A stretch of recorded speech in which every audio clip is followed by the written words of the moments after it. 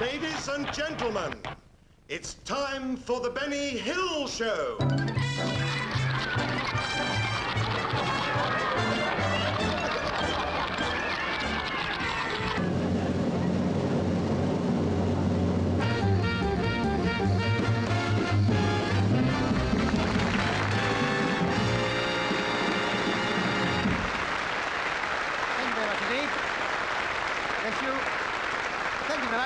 Good evening. Well, I must say, it's very, very nice to be back with you once again. Since I was last with you, I had a short holiday on the continent, and I was surprised over there to find out how many people speak English. And this, I think, is because they, on the continent, show their television language programs at peak hours. And as a matter of fact, there's one just going on now, and we are linked up with Eurovision, with the Eurovision link, and I think, yes, they are ready. We're going over now for the English language lesson coming from the Ulster University in Hamburg.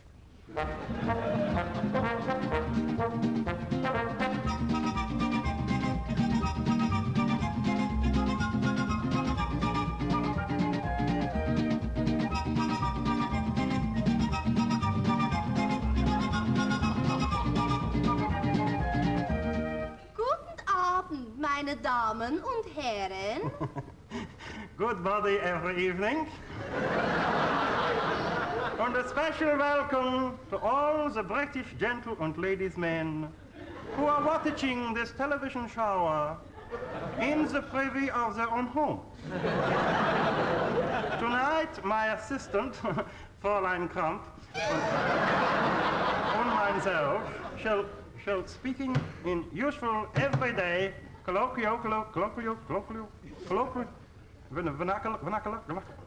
useful everyday English phrases, and the pupils here in the glass shall write in the books the equivalent in German. And pupils, I want the written right, I don't want it written rotten. Fräulein, bitte schön, kommen Sie hier. Nicht und deine Nelly. Nicht kommen?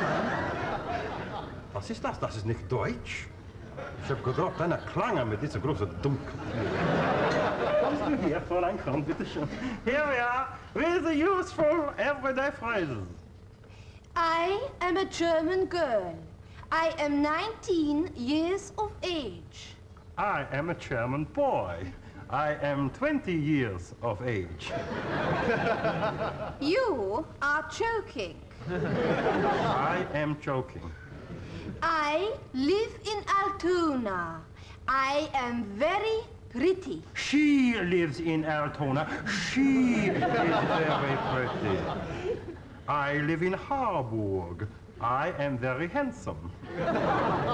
He lives in Harburg.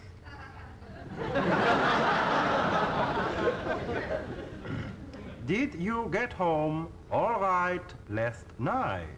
Yes, I got home all right last night. I am glad. It was no thanks to you. Last night I was a little squiffy. Last night you were blind, stinking, drunk. I shall come to your house this evening. My mother will be in the house this evening. Your mother is an old crow. I am very angry with you. She is very angry with me. I am picking up the vase. She is picking up the vase. What shall you do with the vase? I shall break the vase over your head. I am rapidly leaving the room. She has hit me around the ear hole. I have hit him round the ear hole. What will you do now? I shall say good night to all our British viewers. Good night, viewers.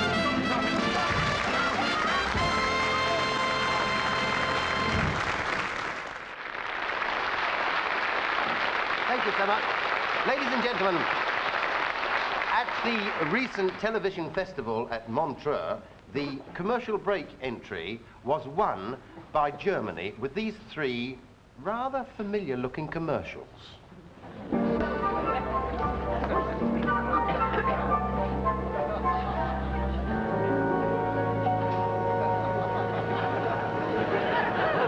Hier in Bad München, die differenten Hausfrauen getreien eine Stück Taste-Testen. Ich habe hier Frau Klinker. Frau Klinker, denkst du kannst ein Stück von Butter? Ja, ich will gar. Und du willst accept the 5-Mark-Challenge? Ja, accepted. Okay, wir gehen.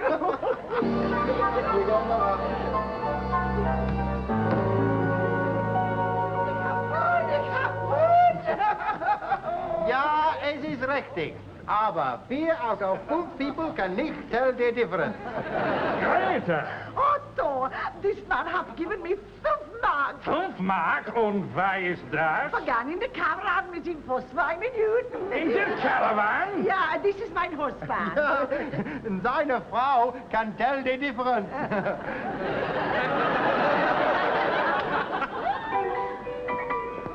So, if du kannst tell Stück von Butter, der ist 5 Mark für du. Das ist Stück. Ja,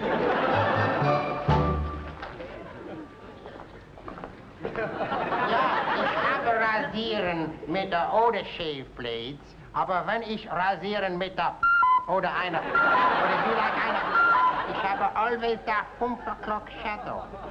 Meine Fräulein hatte always das Stubeltrubel. Konsequentlich, ich habe nicht Fräulein. Aber today, ich utilisiere der Prosit Shave Blade. Und ich habe eine Fräulein. Diese Fräulein ist so schön mit der kleinen Cursum und der großen Bursum. Und es ist all danke to Prosit Shave Blade. Der Shave Blade mit 3 Holen in der Mitte. Hi da, ich bin in der Haus der Frau Dunkel und seiner Hilfe. Er hat ihn getestet, der neue Waschenpowder Oshmo. Was ist das, Frau Dunkel? Ja, weil ich habe vor der 3 Wochen waschen mit Oshmo und ich habe der erste Woche notiert, in mein Waschen ist mehr weißer und breiser und viel. Und der nächste Woche es ist mehr breiser. Es ist weißer denn weiß. Meine Kamipanzes, gucken meine Kamipanzes. Und in der letzten Woche es ist breiser still. Das ist der guckende Bussenhalter. Danke.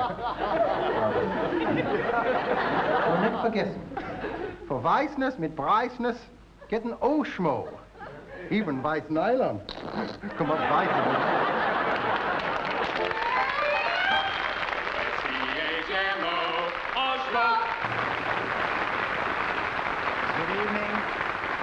Good evening, hello viewers. I'm speaking to you this evening from the BBC Research Department. And with me now is the Chief Researcher, Mr. Frederick Scuttle. Good evening, sir. Hello, Mr. Scuttle. Good evening, viewers. Now, Mr. Scuttle, we've heard a great deal about audience measurement. Yes. Would you like to estimate exactly how many people you think are watching this show now? We estimate, sir, 59 million, sir. But the entire population's only 50 million. Some watch more than others. But of course, you only investigate a small percentage of these, don't you? Yeah, but even so, sir, we have a very high degree of authenticity, sir. I see. Well, of course, you must use highly skilled investigators for the job. Oh, indeed, yes, they have to go out to meet people, you know, they have to be able to talk to people man to man in their own language, you understand, sir, I yes. see. They're expected to interview them in the vernacular. If that is where they are, sir, that is where they will interview them. They may have to shout, but they'll get through, sir. Now, Mr. Scuttle, I notice behind us this very impressive-looking graph. What exactly does it show? I will demonstrate, sir. Hang on, sir.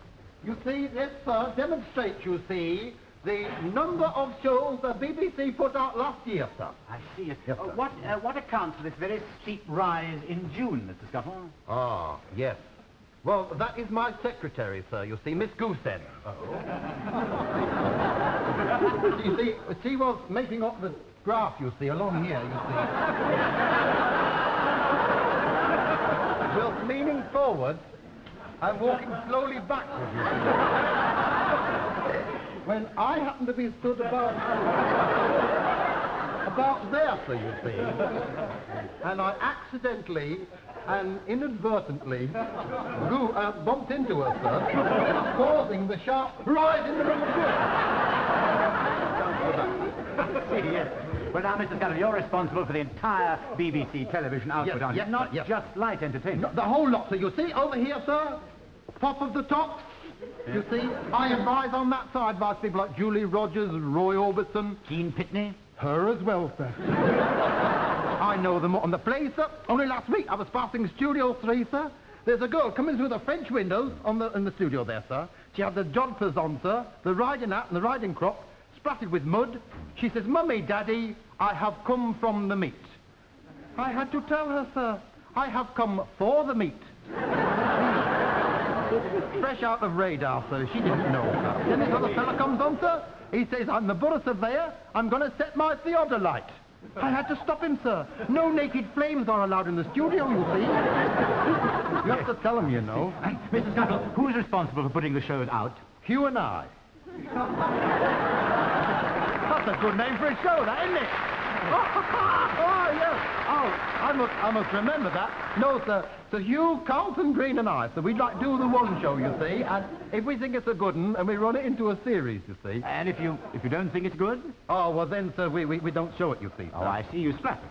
No, we don't scrap it, sir. We save it to show would-be producers, you see, how not to put a show together, you see. I must say I'd rather enjoy seeing some of those shows that never made it. Would you, sir? I'll get young Tom Sloan to show one or two for you, now? sir. Yes, he's on the... Yeah, come and sit down there, sir. Yeah? Yeah, won't be a second. I'll get into... They're here on the thing. I'll just switch on. I'll get it done right through. Well, thank you, Mr. Scuttle. I expect you're as fascinated as I am. I'm sure you're as interested as I am to see some of these shows that never actually reached your screens. Yes, I think they're ready now, so let's just sit back and enjoy them, shall we?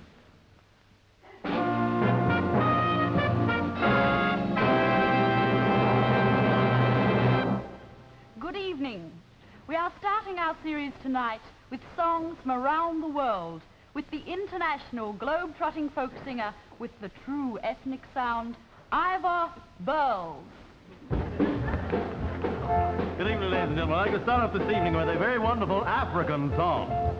Now, you probably know it as Marion Makiba's famous Click song. And a lot of the African people say that a non-African cannot sing Marion Makiba's Click song, as it is terribly difficult to pronounce. But after years of study, I managed to acquire the manner in which it is done. Here it is then, Marion Makiba's famous Click song. Elena, Elecha, Utwani, Elecha, Elena, Utwani, Aya, Olena, man, Atwani, Elena, Elecha. What the hell are you doing there?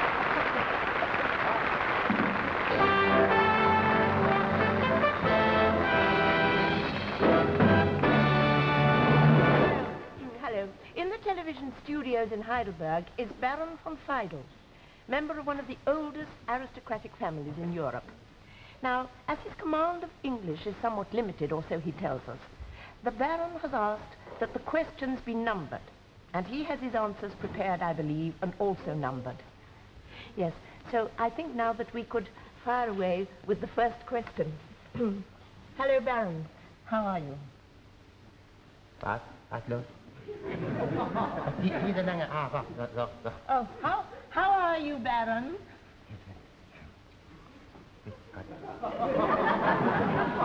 Number one. There seems to be something a little bit wrong. I think we'll just carry on with question number 2. Number 1. Is it true that you're coming to England soon? I am very well, thank you. Yes, is it true that this time you will be marrying your fiancée, Lady Selma? Yes, and I hope to see much more this time than I was able to see on my last visit. There are several interesting and out-of-the-way places I would like to visit. I would have visited them on my last trip, but I was not given the opportunity. Baron, where are you going to spend your honeymoon? Yes, I hope so. Well, now, Baron, changing the subject, I believe that you have the only herd of Macedonian camels in captivity. Tell me, where do you keep them? In a small hotel in Eastbourne. The ozone there is beautiful. You know, you get the smell of the sea and all sorts of nice smells there. Yes. Yes. Well, is there anything that you would like to find in England that you didn't find the last time you were here? 140,000 square miles of desert, you see. That is where my camels are roam freely, you see. Is there anyone that you would like to talk to on your next trip? Yes, Albert Hall. Never been there. I believe that by your first marriage, Baron, you have got 2 children. Yes, they are Sir Alec Douglas Hume and Mr. Harold Wilson.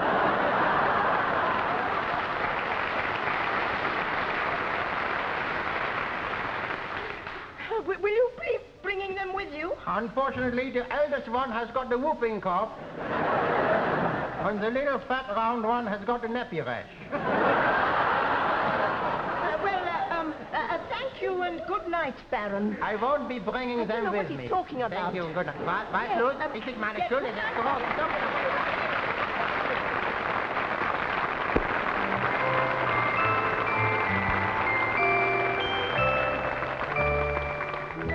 Round Britain Poetry tonight comes from Dalton Abbott and introduces for the first time on television one of the West Country's most prolific poets, Ted Tingle. Tonight he brings a poem with a story. The story of an old man who finds it's never too late for a dream to become reality. Here then with the old fiddler is Ted Tingle.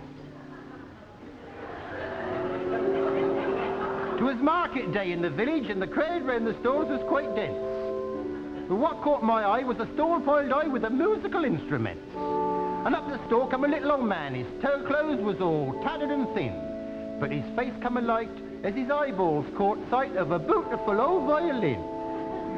He held it up to the dealer, saying, "How much is this one, then?" He replied, "It's a Stradivarius, my man. That'll cost you £4.10.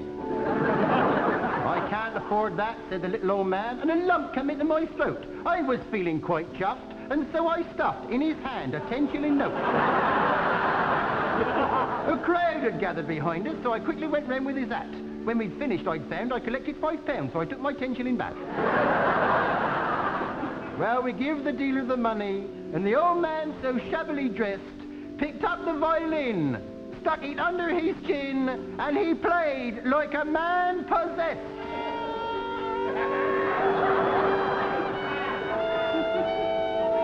He played fugues and cantatas, and oratoritos too, by composers like Johann Sebastian Bach, to mention only a few. He played waltzes by Strauss and D. Floydemorse, and Tales from the Vienna Woods. Then Tchaikovsky's Piano Concerto. But he didn't play that quite so good. "Well done," cried the crowd when he finished, and they gently patted his head. But the excitement was too much for the little old man, who unfortunately dropped down dead. Well, we give the dealer the fiddle and took back our £4.10. Then we picked up the old man, and we laid him to rest in the cemetery down by the glen. But sometimes at night, when the moon do shine bright, if I should wander that way up over the hill, it seems that still I can hear the old man play.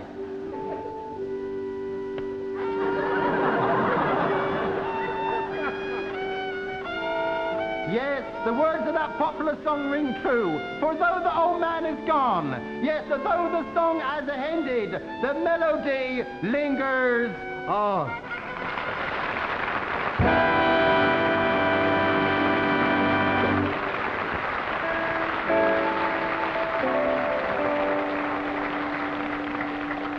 Good evening.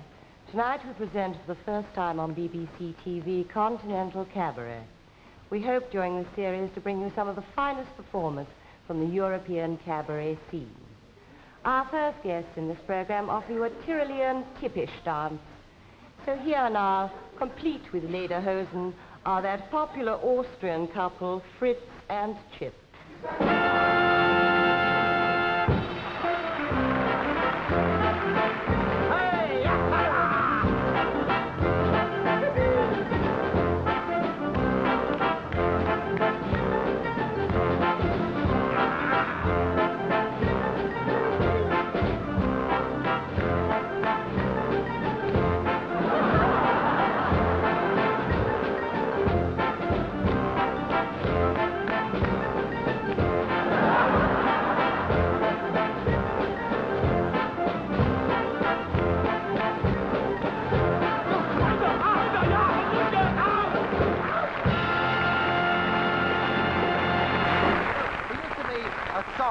They used to go, it ain't what you do, it's the way that you do it. And I think this is particularly true of show business. And to show you what we mean, what we're going to do tonight, we're going to take an old nursery rhyme, Little Bo Peep, and show you how it might be played by different programs. But here, first of all, is Little Bo Peep in its original form.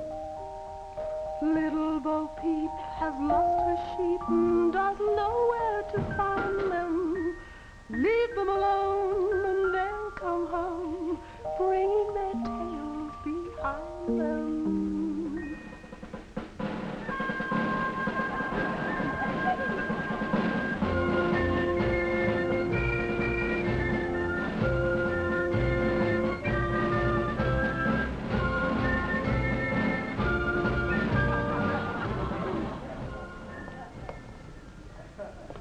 Hello, Sarge. Oh, Fancy. He's been looking for you. Who has? Inspector Barlow. Who else? Oh, Wick. What does he want now? Right, no, that's it, yeah.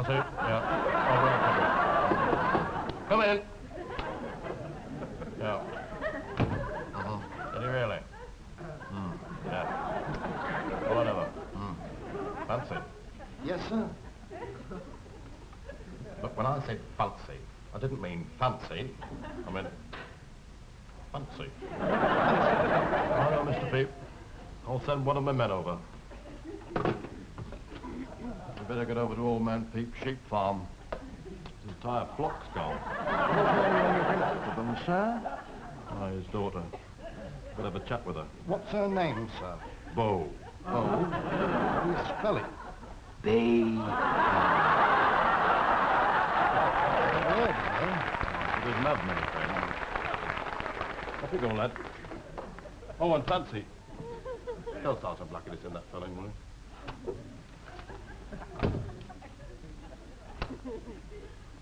Come in, lad.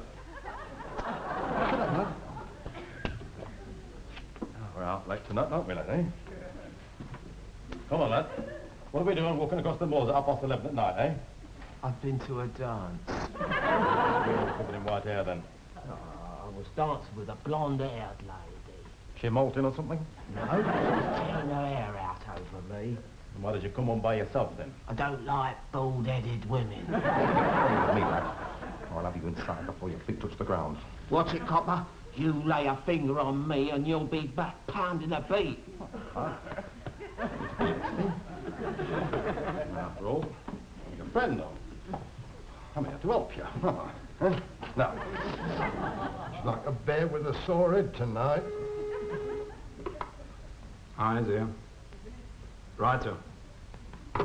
He wants you back in. What the heck now?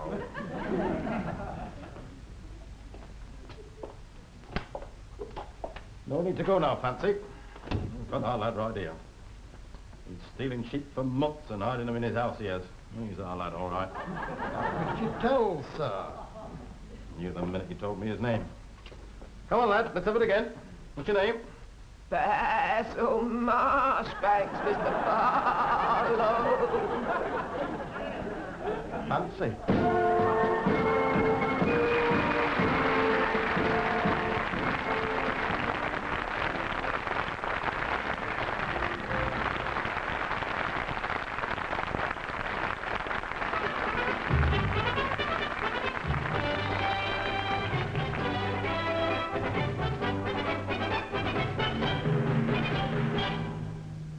Missing 6,000 sheep, 24,000 legs of lamb, and heaven knows how many lamb chops won't reach the Sunday lunch table this coming Sunday. Alan Wicker reports.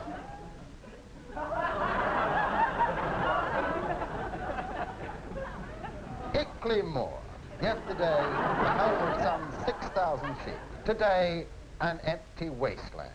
The owner of the sheep, Lord Peep's daughter, Belle, descendant of Samuel Pepys, and today mystified at the disappearance of so many of her spring lambs. The work of criminals, the police are baffled. But in this vast, treacherous moorland with its bogs, with its marshes, anything can happen.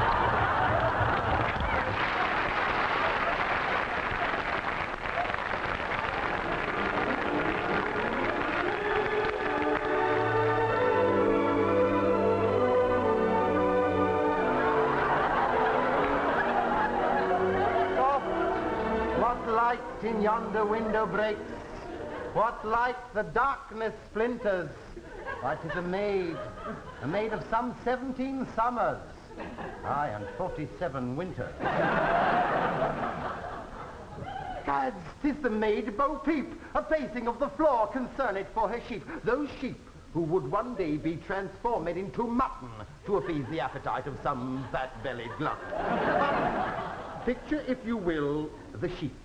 One of them, a black sheep, who did leave the moor as sly as any elf, and yet a sheep who was as black as any moor himself. A ram, a horned ram who did his entreaties burn, and wandered off and lost himself for trying to make a U-turn.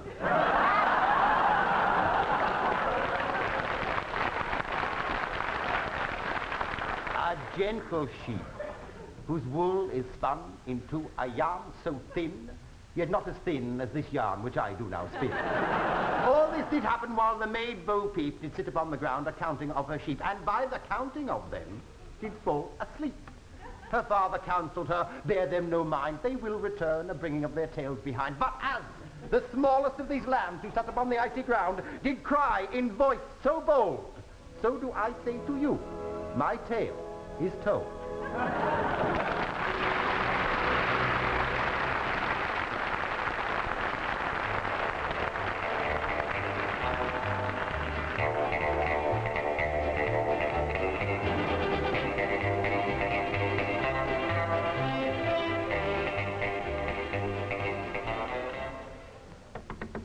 You in there, Ben Cartwright?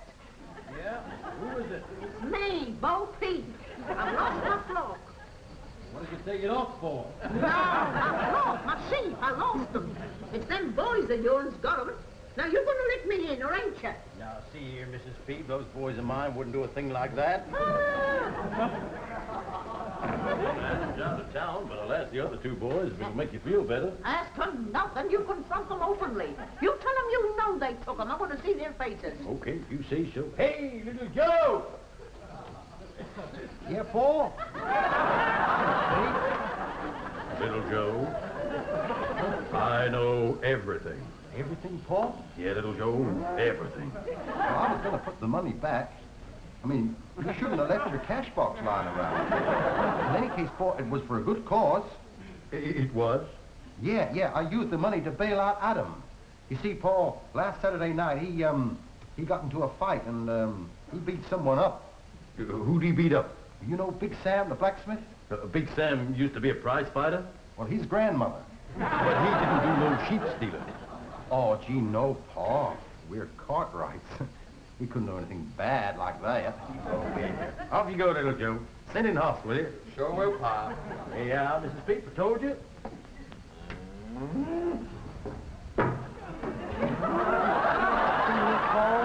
Yeah, Hoss, I do. Hoss, I know everything. Everything? Yeah, Hoss, everything. Well, how'd you find out? Well, Mrs. Peep here just told me. Gee, Paul, I was only 16 at the time. And you had to go and snitch on me. You said that night in the woodshed was going to be our secret. Let's go play hide and seek, she said. And if you find me, you've got to kiss me. And if you can't find me, I'll be in the old barn. I'm going about your work now. There, told you no one round here touched your sheep. How about that old Indian feller as is always hanging round here? Well, old White Owl, why, he couldn't even catch a cold, never about round up a herd of sheep. Well, you get him in here. Oh, okay. White Owl!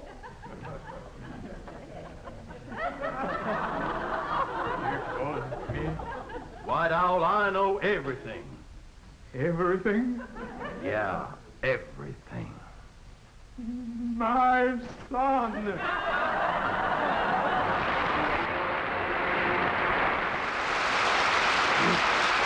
Of course, you know, the commercial that really intrigues me is the one with the girl taking the bath. And I don't know, I mean, when you see that one, do you ever sort of wonder how it was made? I mean, what happened before she got into the bath? And what happened when she got out of the bath? And who was there? Well, I was making a commercial the other day, and they were doing one of these bath adverts in the next studio. So when I'd finished what I was doing, I casually strolled over there at about 60 miles an hour. There's a beautiful bath set, and there was this very nervous director sitting there. And all of a sudden, through the studio door came the most beautifully dressed blonde girl. And he went over to her and he said, Miss Hargraves, ready when you are. Oh, we can't start till you're in the new... Till you take off your... Till you're in the bath, can we? It's for the commercial, dear. Yes, soap. The agency told you soup. Oh. Well, I do assure you, dear, it is soap. Bath soap. Well, people don't take a bath with their clothes on, do they? Yes, dear, I realise it's extra money for taking your clothes off, but I'm sure the agency would be happy to pay the extra. And if they wouldn't, I would. Have a whip round amongst the fellows here. Yes, only the essential technicians will be here, my dear. Only the essential ones, like the lighting man and the cameraman and the car park attendant. Well, he's very interested in photography, you see. Since this morning, yes, that's right. But you need have no fear, because you'll be under the water most of the time, you see. Yes, there'll be bags of lava. Yes, because you see, Harry, the property man, he'll sort of froth up the water, you see. Before you get in, yes. Well, of course, if it goes flat while you're in it, we'll have to rely upon Harry's good breeding, won't we? Yes. Oh, you do sit up at one point, dear, but the camera is on your back there, you see, and Harry will sort of bring the camera round, and when you pick up the soap, he will hold the camera at the front, but on your face, dear. Yes, I promise, it will be on your face, yes. It may be shaking a little, but it will be on your face. You will, right you are then. Dressing gown you'll find behind the screen there. Thank you, lovely. Righto, Harry, froth up the water then. Harry, do it now. We're not doing a continental version. Froth it up now. Lovely. Oh, by the way, Miss Hargraves, should there be any shots taken, you know, which are beyond the bounds of respectability, have no fear, because we will cut them out and file them away, throw them away. Yes. Right you are. Ready. Righty-ho, then. Now, in you go in the bath. Just one thing, Miss Hargraves. You're supposed to take your dressing gown off. Thank you. Well, flop it over the side, then, right. Harry, the water does not need frothing up, Harry, please. Harry... oh, you dropped your pen in the bath. Oh. Well, you'll just have to get it later, that's all. Righty-ho, here we go. Stand by. Now, take one. Action. On her back. Round you go. Lovely, lovely. Righty-ho, up to her face. Lean forward, dear. Pick up the soap. Cut. Look, dear, lean forward. There's no need to stand up. Well, why did you stand up? Oh, you found Harry's pen. Drop it over the side. Right, now take two, action. Here we go, round with the camera. Lovely. Hold the soap up to your face, dear. Smile, cut, lovely, print it. Oh, that's fine. Righto, Miss Hargraves, behind the screen, dressing gown, thank you. Oh, excuse me, Miss Hargraves. Hello? Yes, speaking. It was soup. Not soap. I see. Thank you. Miss Hargraves, you'll never believe this, but you were right.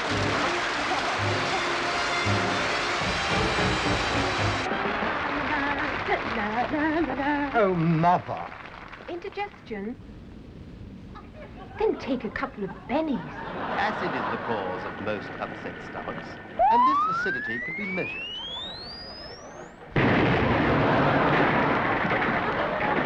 Pardon? But a couple of bennies will soon put you right.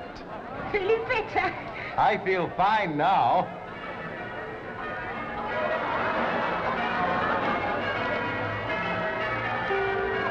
Take a couple of bennies. Aye, hand over the gravy. Hey, hand over the gravy.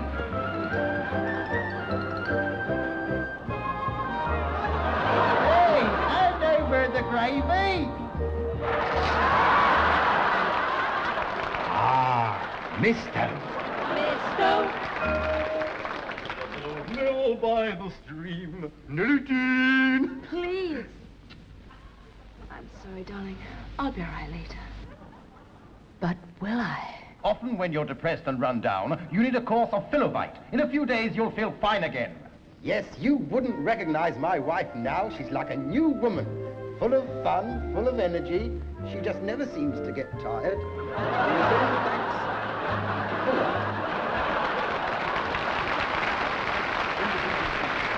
Feeding people like Billy Cotton is a heavy job, and it requires a heavy job cleaner. Here, where the surface is shiny, just as easy to shift. But this floor really needs a cleaner that cleans everything. Slash, with new DDT, really gets down even to ground-in dirt.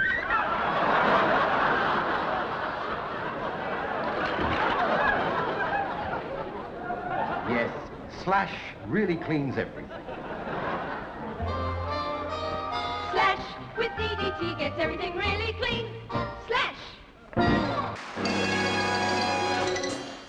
Every week, young men from the provinces come to London in search of glamour and bright lights. Some return home bitter and disillusioned. Others fall into the hands of evil women who prey on these innocent young men. This is the story of one such young man. Would you mind telling us your name, please? I should rather remain monogamous. I see. Well, will you tell us your profession? Would you mind speaking up, please? I'm a male model. I see. And this trouble that you got into started, I believe, at Dimpton-on-Sea? That is quite right. You see, unbeknownst to me, my fiancée took a snapshot of me while I was on the beach, paddling. She sent it up to the carnival committee, and I was invited along to the carnival dance. It wasn't until I arrived there where I realized what was expected of me. Yes, I had been entered for the Nobley-Knees contest. Well, naturally, I didn't want to let my fiancée down, so I went through with it. But I can't tell you how I felt, stood there in front of all those ogling women, with my knees completely naked. Yes, I can imagine. And then what happened? Well, after the competition, which incidentally I won, there was a party. And that was my downfall. Yes, I tasted the Dolce Vita, the sweet life of Dimpton-on-Sea. I met the local mayor. I drank South African sherry. I was interviewed by the local press, and I met a girl who did voices over for deodorant commercials. Yes, my cup was filled to overflowing. After that, of course, it was competitions everywhere. One week Bournemouth, next week Whitby. Yes, I was living life with a capital L. Tell me frankly, though, is there any truth in the rumor that there is a certain amount of cheating in these Nobley-Knees contests? That's quite right. It's awfully upsetting for me to tell you this, but some of the men wear falsies. Flesh-coloured plastic kneecaps. It makes me ashamed of my own sex. It's got to the stage now where before major competitions, a male nurse goes round tapping us on the kneecap with a little hammer. And I can't tell you how humiliating it is when one drops off. But your big chance came earlier this year, didn't it? That is quite right. I was entered for the Knees of the World competition. That meant coming to London, and that was my downfall, my undoing. Why was that? Well, I'll tell you why. One evening, me and my friend Malcolm, who was a shy and sensitive used car salesman,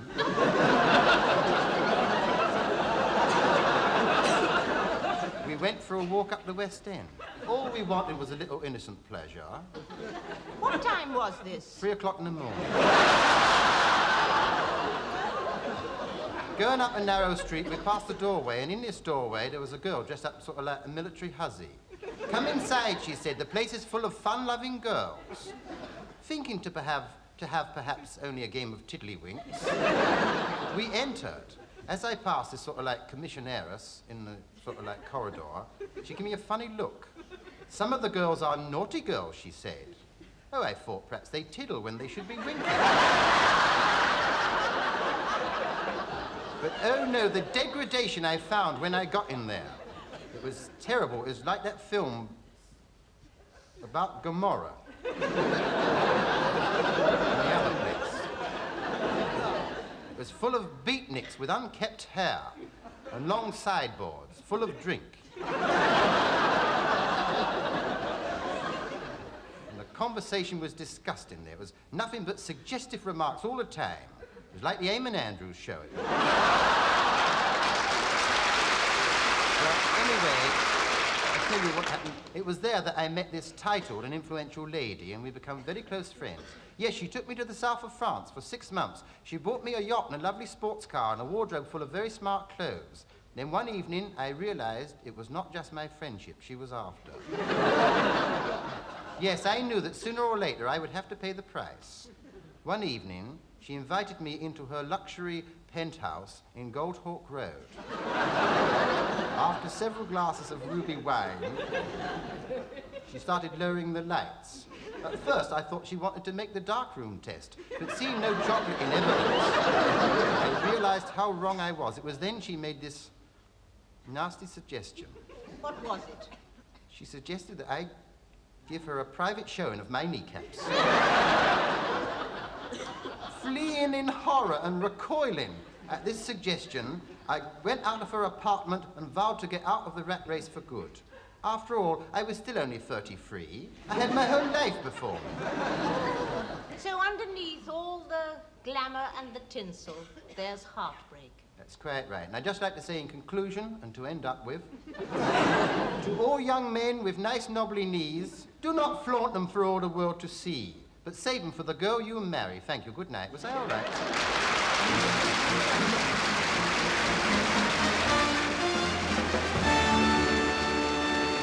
As you know, the BBC is always on the lookout for new vocal groups, and tonight they've come up with a group which they think is the answer to the French swingle singers. It is the Market Gardeners Association Choir, Western Division.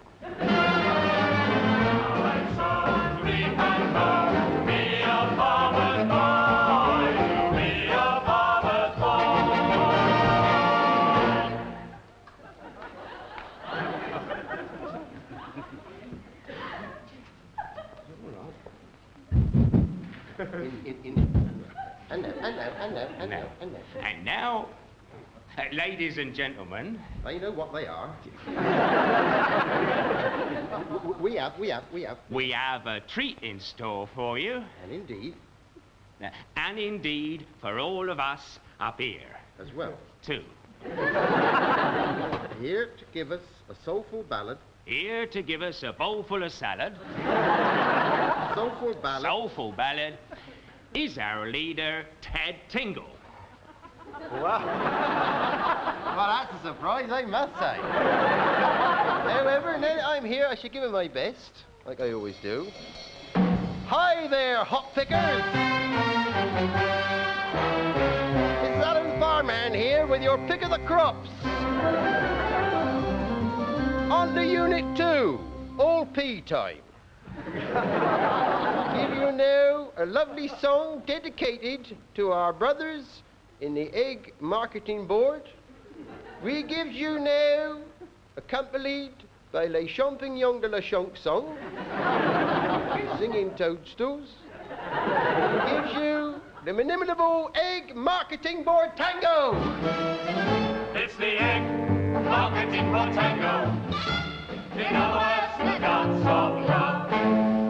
You go down to the Palais, you're eager for a dance. You see a lovely stranger and your eyes meet quite by chance. She's warm and she's desirable with lips meant to be kissed. So you stand 8 feet apart and do the twist. The tango, you get the chance to hold her oh so near, and you gaze into her lovely eyes of blue. And while you're dancing, you whisper sweet nothings in her ear. She says sweet nothing doing back to you. You give her ear a nibble, you give her cheek a peck. You got her in a grip of steel, you're breathing down her neck. And then she says those magic words that thrill you through and through. You've been eating pickled onions, haven't you? Once I met a girl called Kitty who was pretty as could be. She lived up in the city and she asked me round to tea. But pretty witty Kitty, she tried to pull my leg, so I hit her, what a pity, with a soft-boiled egg. The wireless played a tango and I held her in my arms as we swayed and we glided round the room. And when her dad come in, we carried on. Alas, I didn't know he was deaf and he couldn't hear the tune. He grabbed me by the collar, he hit me with a vase. He chased me down the garden and he kicked me in the grass. So now I swear I'm finished, as true as stars above, with the tango, the dance of love.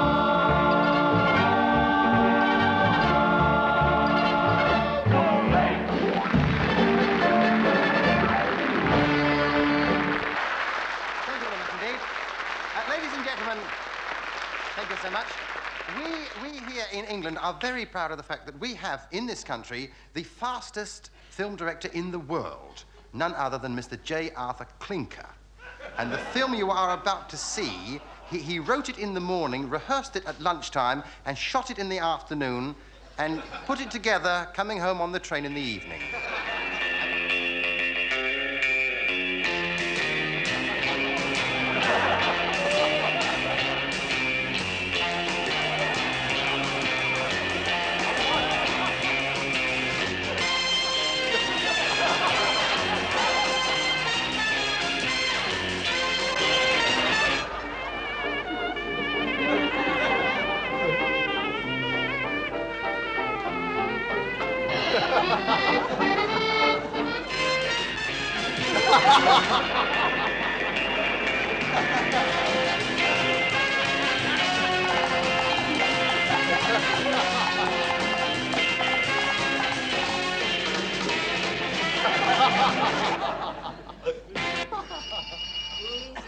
It's me, Rudy. Moody, come in, Moody. Why, but it's good to see you again after all these years. Oh, Mitzi, I've missed you so. Do you like my little home? It's charming. There's a lovely view from this window. Isn't that lovely? Not half as lovely as you are. You mustn't say things like that, Rudy.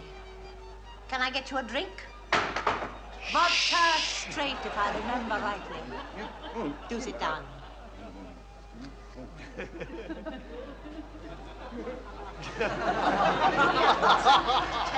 Yes, what is it?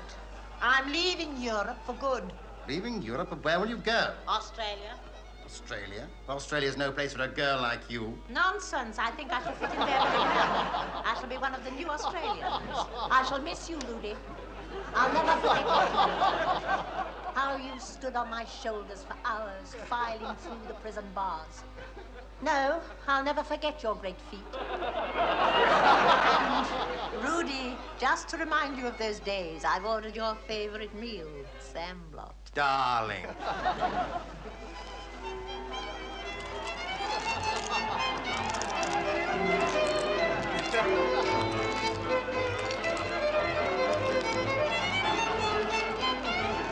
Action.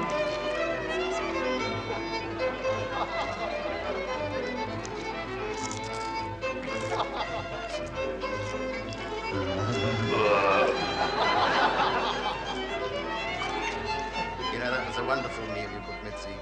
Just like old times. Just like old times. You know, it was awfully sweet of you, Mitzi, to remember that I like the Zamblot. And that's so like you. You're a very sweet person. You said that very nicely, Rudy. I'm flattered. Back in Harburg, was I the only man you ever loved? You want the truth? Of course. No, Rudy, you were not. You see, Captain Stoneleigh and I... You mean Dick? My superior officer? Yes. Then that explains it. All those visits of his. All the time I thought he was coming for his rations, he was... Dirty, filthy beast! Fool, babe.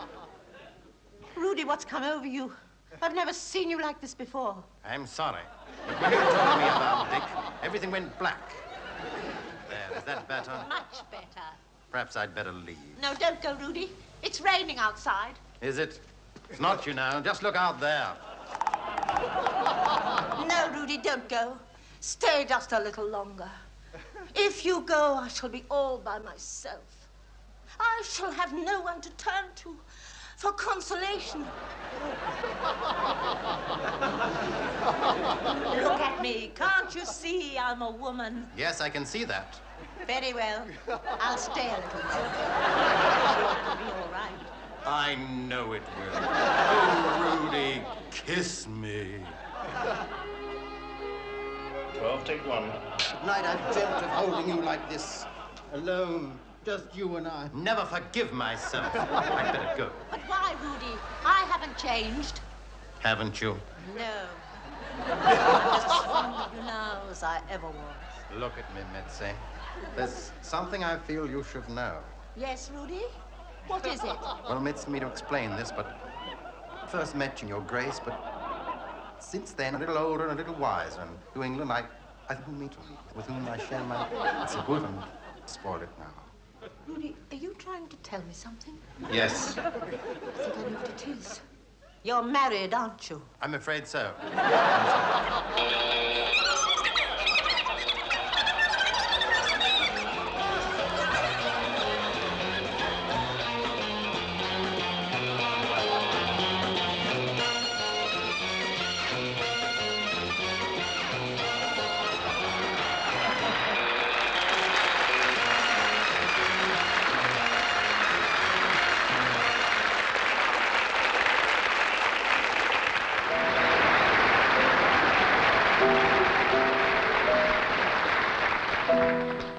In the days of Let's Pretend, many years ago, in a castle lived a king with a mother he loved so.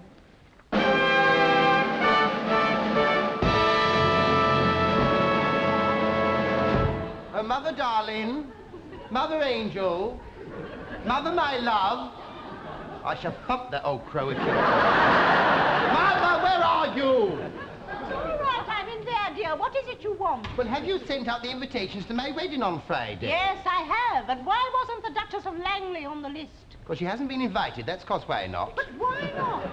Well, Mother, look what happened at my birthday party. She sat right next to me right through dinner. She kept making strange noises. She couldn't help it. I know, but Mother, but she kept looking at me as if I'd done it. She kept pretending it was my chair scraping on the floor. Oh, well, the invitations to your wedding have all been delivered. Though why you should want to marry a foreign princess, a girl you haven't even seen, I simply cannot understand. But, Mother, she couldn't be any worse than some of them old boiling pieces you've been trying to palm me off with. I mean, look at the Lady Gertrude, I ask you. Ah, but a lot of men like widows. Well, so do I, Mother, but not when they got sons older than what I am. I mean, how could I go up to a 40-year-old baron and say, kiss Daddy goodnight? I feel like an idiot. But why a French girl? Well, Mother, she's been highly recommended. I hear she's a morceau de toute droit. And what is this show? It's my French phrase book. I'm learning to parler français, Mother. But whatever for? Oh, sacred blue, Mother. I'm marrying her on Friday. I mean, Friday night we'll be having our cocoa together. How will I be able to tell her it's too hot or not sweet enough if I don't speak the lingo? Look, I tell you what you do, little Mother. Nip right on off out of it and see the chef and tell him to prepare a sumptuous repast for the wedding feast. Very well. Here, Mother, just a minute. Tell him I don't want no more than suet dumplings like we had on my birthday. Like cannonballs they were. Oh, they did give me jip. And Mother, don't forget, I'm marrying a French lady. They're used to good quality cooking, what they call horticulture. La plume de ma tante est dans le jardin. That'll get her going for a start, eh? Oh, most gracious Majesty. Oh, most noble King. Oh, what do you want? All the wedding clothes for the royal couple, my liege. For the ceremony, this for the bride and this for the groom. Yes, well, how about after? Yes, my liege, after. After the seminary, you know, where we retired to the royal boudoir. For the royal boudoir, my liege, we thought something like this. Note how daring it's cut, my liege. How it hugs every subtle curve. How the deep V neckline is teasingly embroidered with the most delicate white lace. Well, I must say you've done a grand job on that. What's she gonna wear? Yes, that'll do fine. Now, look, I'm going to my study now, and I'm going to study, see? So I don't want no interruptions. C'était un jour de nuit très dur. And what means that, my liege? It has been a hard day's night. Welcome, merry people.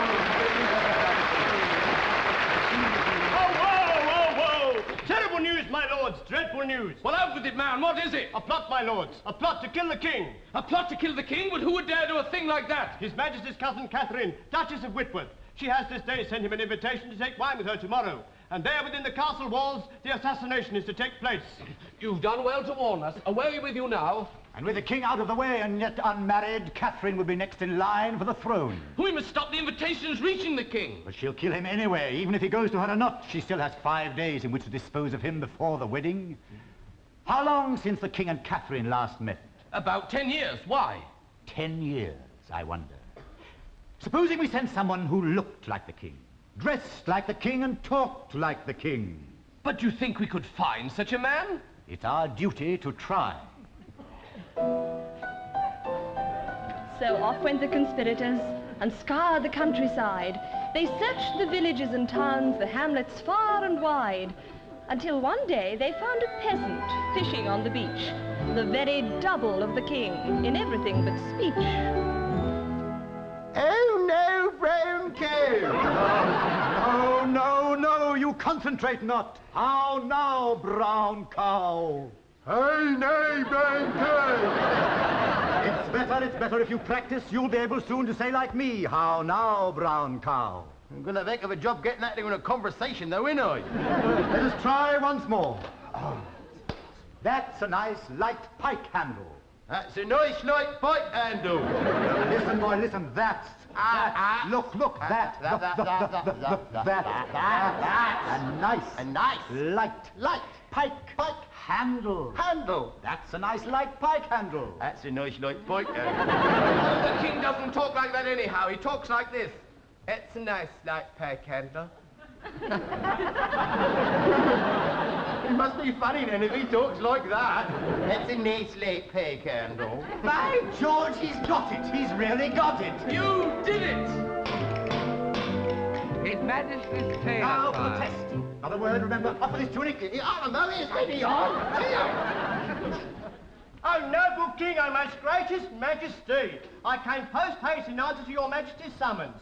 Pray, what does His Majesty require of me? His Majesty requires a duplicate set of visiting clothes. Oh, the magenta. Oh, what taste, what impeccable taste His Majesty has.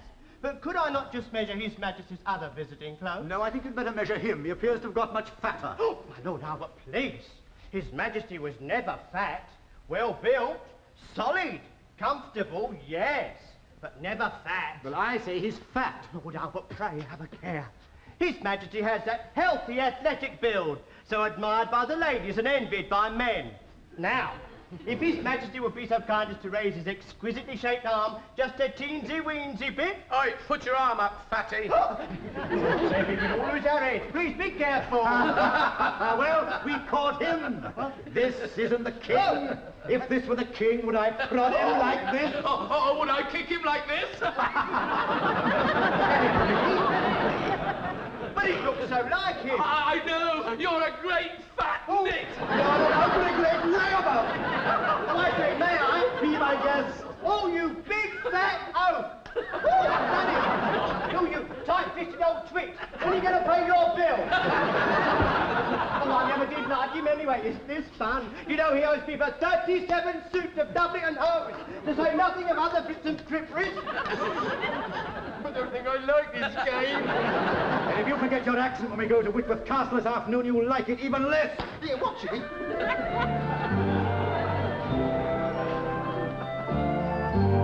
The crow goes to the treetop, the duck goes to the water, Lord Albert goes to Whitworth, and the lamb goes to the slaughter.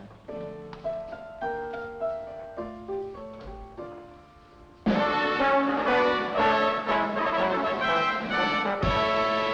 Majesty King Henry. Henry, come kiss your cousin. Right, oh, missus. Your Grace. Your Grace, say your Grace.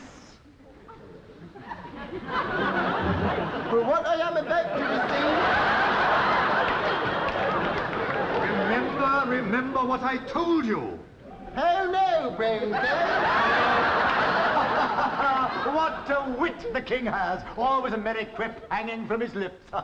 Come, Henry, sit down. Right. You must tell me all your news. You may leave us now, Lord Albert. The king and I have much to talk about. Au revoir, your Grace. Goodbye, Fred, your Majesty.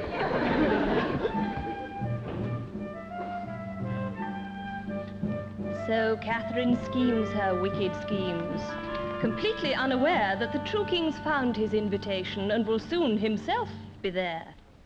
Why so distant, Henry? Oh, come a little closer. Rightio, you don't mind. Give me your hand. Let me place it against my cheek. Oh. Don't be so shy. Have you never caressed a maiden's cheek before? Like only once. And was it not soft and smooth? I don't know, I had my gauntlets on at the time. Oh, look, Henry, you haven't touched your wine yet. So, well, I tell you what, you see, it's been rather a tiring journey. I should like to go and freshen up if I may, if you don't mind. Would you be so kind as to tell me where the bathroom is? Very well. It's straight along the corridor. You can't miss it. I should try not to.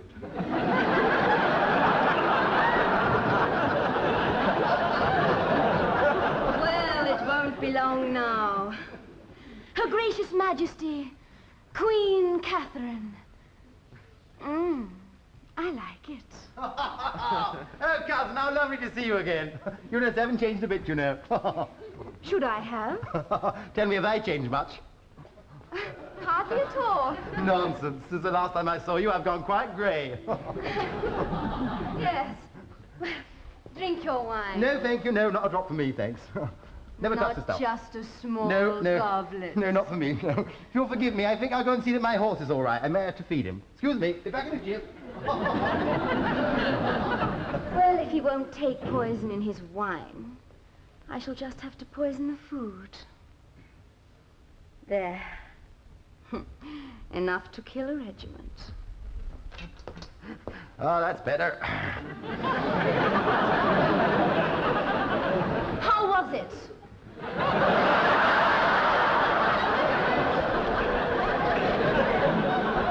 Very nice, thank you.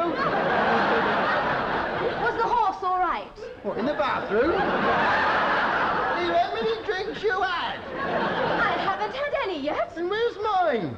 But you said you didn't want it. I said no such thing. I think you're going potty, you are. I think I better nip down the apothecary and get you something for your head. No, it's all right. All right. King's a fool. I shall outwit him yet. I saw him. He was all right. I put his nose back on. What? On the apothecary? No, on the horse. What's the matter with you? Are you all right? You better sit down a little bit. Oh, you look quite flushed.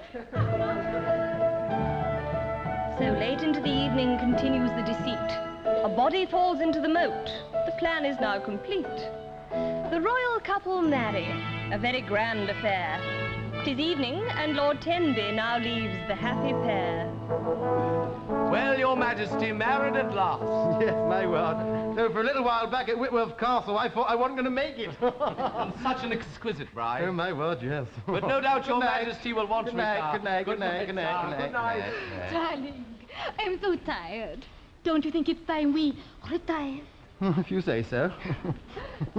Don't be long, darling. No, I shan't be long, my poppet. Oh, I'm going to enjoy being married to her. Better than that old crow I got in a farmhouse, I tell you what.